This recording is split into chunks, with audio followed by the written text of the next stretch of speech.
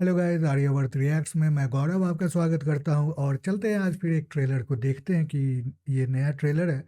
आमरन इस टीज़र है, सॉरी। इस फिल्म का नाम है, इस मूवी का नाम है। तो पहले इस मूवी के टीज़र को देखेंगे क्योंकि कुछ खास आइडिया नहीं है।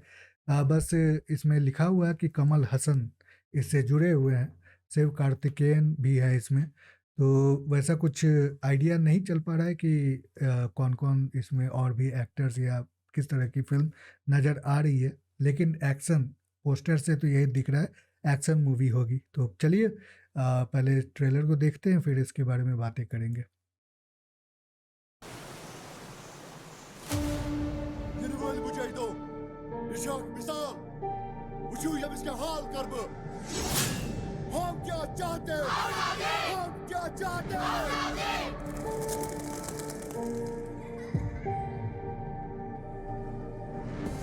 இன்ஃபேண்ட்ரி சோல்ஜர்ஸ்க்கு இந்தியாவில் 20,000 பேஸ் கேம்ப் மேல இருக்கு. அதுல எதுலயும் இல்லாம இங்க காஷ்மீர்ல சோபியான்ல நம்ம 44 ஆர் சீட்டா கம்பெனில இருக்கீங்கன்னா you are all the chosen ones.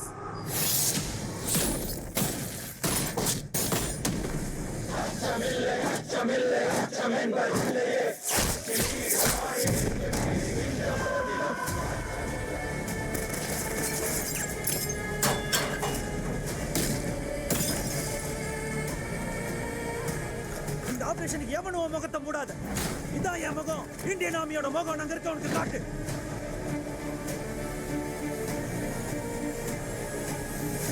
Terrorism யோசிச்சாலே Rashtriya வந்து நெத்தி போட்டிலே சுடுவான்டான்னு அலறணும்.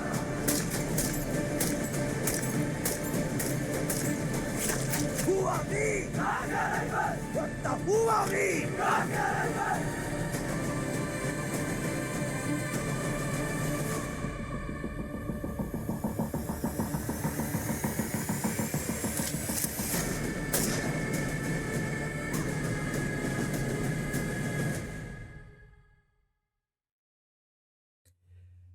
तो ये था मूवी का ट्रेलर। और जहाँ तक ऐसा लगा कि इसमें कमल हसन खुद उपस्थित नहीं है, मतलब वो इसमें एक्ट नहीं कर रहे, वो प्रोड्यूसर है इस मूवी के। और जहाँ तक बात है कि पहले भी उन्होंने इस तरह के कुछ मूवीज़ बनाए, जैसे विश्वरूपम 1 और 2 उन्होंने बनाया था, जो कि टेररिज्म पे ही आधारित थी और अच्छी लगी थी वो मूवी, एक्शन पैक्ड भी थी।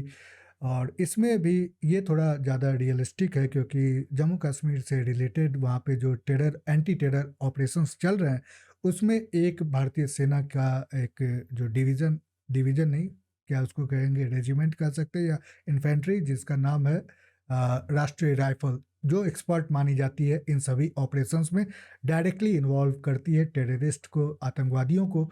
जैसे कि 9 पारा एसएफ यानी स्पेशल फोर्सेस या 11 पारा एसएफ, या फिर जो जम्मू कश्मीर की पुलिस का एसओजी टीम है यानी स्पेशल ऑपरेशन ग्रुप, इन सभी का एक टीम कोऑर्डिनेशन होता है, जिससे काउंटर टेरर ऑपरेशंस जो चलते हैं कश्मीर में, वो इन्हीं द्वारा किया जाता है। बाकी जो टीमें रहती है वो जनरली बाहर का एरिया को कॉर्डन ऑफ करती है, नागरिकों को वहाँ से निकालती है और सुरक्षा देने के काम करती है। लेकिन ये डायरेक्ट बैटल फील्ड में जाते हैं, जो बुलेट या जो यहाँ पे भी ऑपरेशन चल रहा होता उसमें डायरेक्ट इन्वॉल्व होते हैं। तो यहाँ पे एक शिवा कार्तिकेयन है जो इस मूवी को लीड कर रहे हैं।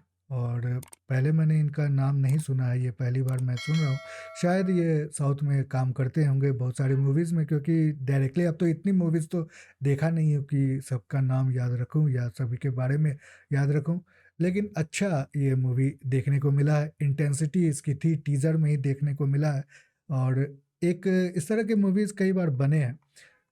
बात ऐसी होती है कि जैसे उड़ी बना था, उड़ी अब सही मूवी थी, अच्छी मूवी थी, उन्होंने बनाया भी सही था।